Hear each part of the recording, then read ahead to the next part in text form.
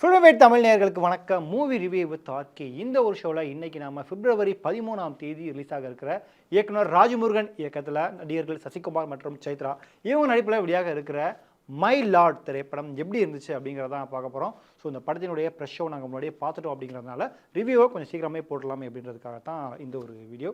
So படம் எப்படி இருந்துச்சுன்றதை பார்க்கலாம் வாங்க. இந்த படத்தினுடைய கதை என்ன அப்படின்னு பார்த்தீங்கன்னா, சென்னையில் இருக்கக்கூடிய ஒரு வசதி வாய்ந்த ஒரு பெண் ஒருத்தவங்க, அவங்களுக்கு வந்து 2 கிட்னியுமே ஃபெயிலியர் ஆயிடுச்சு. ஸோ டயாலிசிஸ் பண்ணி தான் அவங்க நாட்களை ஓடிட்டுருக்காங்க.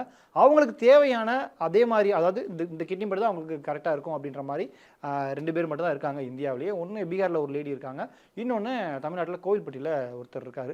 ஸோ இவங்க 2 பேர்கிட்ட யாரையாவது பேசி கன்வின்ஸ் பண்ணி ஒரு கிட்னி அவங்ககிட்ட நம்ம வாங்கணும் அப்படின்ட்டு அவருடைய அந்த லேடியுடைய டீம், ஏன்னா ஒரு மிகப்பெரிய செல்வாக்கு வாய்ந்தவங்க அவங்க, ஸோ அதுக்காக ட்ராவல் பண்ணுறாங்க. இவங்க 2 பேரில் யாராவது ஒருத்தரை பிடிச்சி நமக்கான அந்த கிட்னியை நம்ம நீடு சரி பண்ணிடலாம் அப்படின்ற மாதிரி அவங்க ட்ரை பண்ணி ட்ராவல் ஆக ஆரம்பிக்கிறாங்க. ஸோ அவங்க நினச்ச மாதிரியே இந்த ஒரு கிட்னி அவங்களுக்கு கிடைச்சதா இல்லையா, இதுதான் இந்த படத்தினுடைய மொத்த கதையே.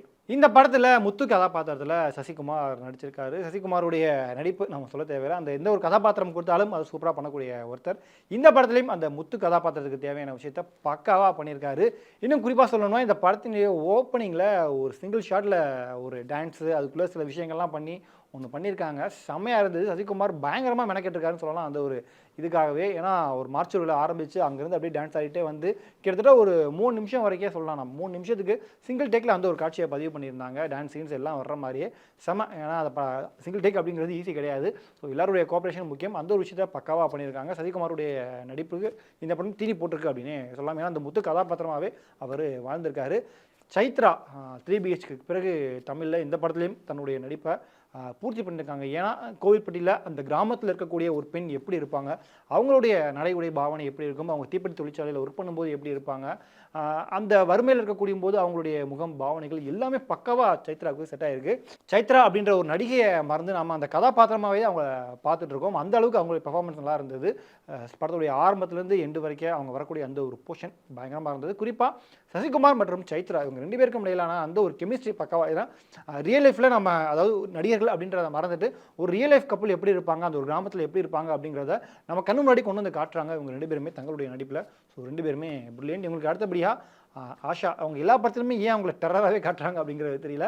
ஸோ இந்த படத்தில் அவங்களுக்கு பெர்ஃபார்மன்ஸாக ஸ்கோர் பண்ணுற அளவுக்கு பெருசாக கிடையாது. பட் அவங்களோட கேரக்டர் எழுதப்பட்ட விதம் நல்லா இருந்தது. ஸோ அந்த கேரக்டருக்கு தேவையான விஷயத்தை அவங்க நல்லா பண்ணியிருக்காங்க. இவங்களை தவிர்த்து இந்த படத்தில் ஜேபி நடிச்சிருக்காரு, கோபி நயனா நடிச்சிருக்காங்க. ஸோ எல்லாருமே தங்களுடைய வேலையை சரியாக பண்ணிட்டு போயிருக்காங்க. குறிப்பாக இந்த படத்தில் இன்னொருத்தருடைய பெர்ஃபார்மன்ஸ் கவனிக்க வச்சது, அவருடைய பேர் எனக்கு தெரியல, இதுக்கு முன்னாடி ராஜமுருகன் பண்ண ஆத்தாஜிலுமே அவர் நடிச்சிருந்திருப்பார். படத்துடைய ஆரம்பத்துலேருந்து எண்டு வரைக்கும் அவருடைய பெர்ஃபார்மன்ஸ் நல்லா இருந்தது. அதாவது சசிகுமார்ட்ட போய் இவர் தான் கிட்னியை போய் பேசி சமாளித்து கூட்டிகிட்டு வர மாதிரியான ஒரு கேரக்டர் வந்து, ஸோ அவருடைய பெர்ஃபார்மன்ஸ் நல்லா இருந்தது. மற்றபடி நடிகர்கள் எல்லாருமே தங்களுடைய வேலையை சரியாக பண்ணியிருக்காங்க. குறிப்பாக குரு சோமசுந்தரம் சொல்ல மறந்துட்டேன் பாருங்கள். குரு சோமசுந்தரம் ஒரு பத்திரிகை எடிட்டராக அவர் வராரு. ஸோ அவருடைய அந்த கேரக்டர் ஆகட்டும், ஏன்னா கண்ணாடி போட்டுக்கிட்டு இப்படி வச்சுக்கிட்டு அவருடைய கேரக்டர் ஆகட்டும், அவர் பேசக்கூடிய விஷயங்கள் எல்லாமே அந்த கதாபாத்திரத்துக்கு பக்காவாக செட் ஆகிருக்காரு. அவரும் தன்னுடைய வேலையை சரியாக பண்ணியிருக்காரு. இயக்குனர் ராஜமுருகன் ஜப்பான் படத்துக்கு பிறகு இந்த படத்தை டைரக்ட் பண்ணி இப்போ ரிலீஸ் பண்ணியிருக்காங்க. ஸோ எல்லாருக்குமே ஒரு எதிர்பார்ப்பு இருந்தது. இந்த படம் பார்க்கும்போது கிட்டத்தட்ட ஜோக்கர் பட பாணியில் ஏதோ ஒரு விஷயத்தை, ஒரு அழுத்தமான விஷயத்தை பதிவு பண்ணுறாரு அப்படின்ற மாதிரி.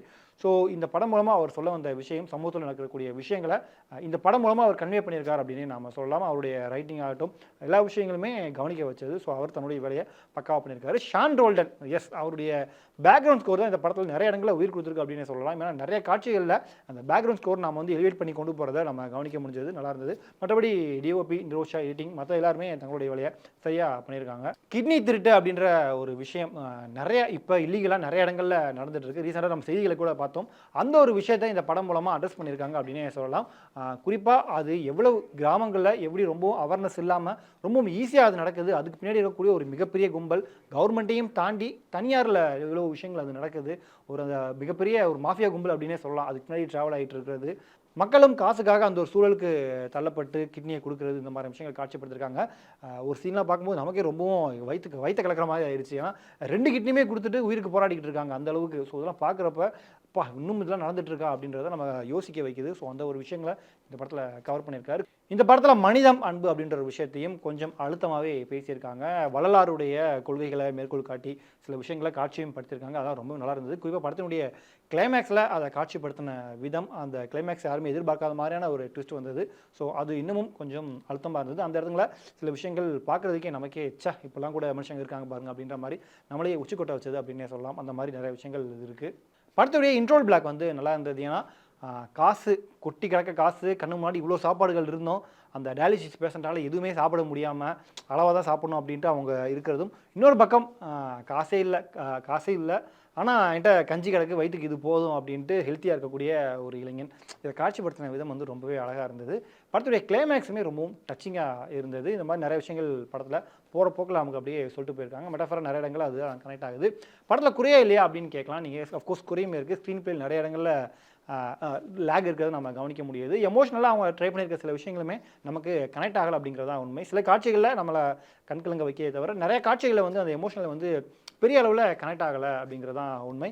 பிளஸ் நீங்க இந்த படத்த லாஜிக்கா யோசிச்சு பார்த்தீங்கன்னா, நிறைய இடங்கள்ல உங்களுக்கு அந்த லாஜிக்லாம் இருக்காது. ஸோ அதெல்லாம் நம்ம கடந்து போயிரலாம். மொத்தத்துல இந்த மயிலாட் திரைப்படம் எப்படி இருக்கு அப்படின்னு கேட்டீங்கன்னா, இது கண்டிப்பா பொழுதுபோக்குக்காக எடுக்கப்பட்ட ஒரு படம் கிடையாது. சமூகத்துல இன்னைக்கும் நடக்கக்கூடிய சில அவலங்கள கண்ணு முன்னாடி காட்சிப்படுத்தி இருக்கக்கூடிய ஒரு மிக முக்கியமான திரைப்படம். அதையும் தாண்டி மனிதம் எவ்வளோ முக்கியம் அப்படின்னு நமக்கு அண்டர்லைன் பண்ணி சொல்லியிருக்காங்க. ஸோ கண்டிப்பா இந்த படத்த நீங்க தியேட்டர்ல போய் பார்க்கலாம். பெரிய எதிர்பார்ப்புகள் இல்லாம ஒரு நல்ல படம், ஒரு நல்ல ஃபீல் குட்டான படம் பார்க்குறோம் அப்படின்ற மாதிரியான மைண்ட் செட்டோட நீங்க போனீங்க அப்படின்னா, கண்டிப்பா இந்த படம் உங்கள டிசப்பாயின்ட்மென்ட் பண்ணாது.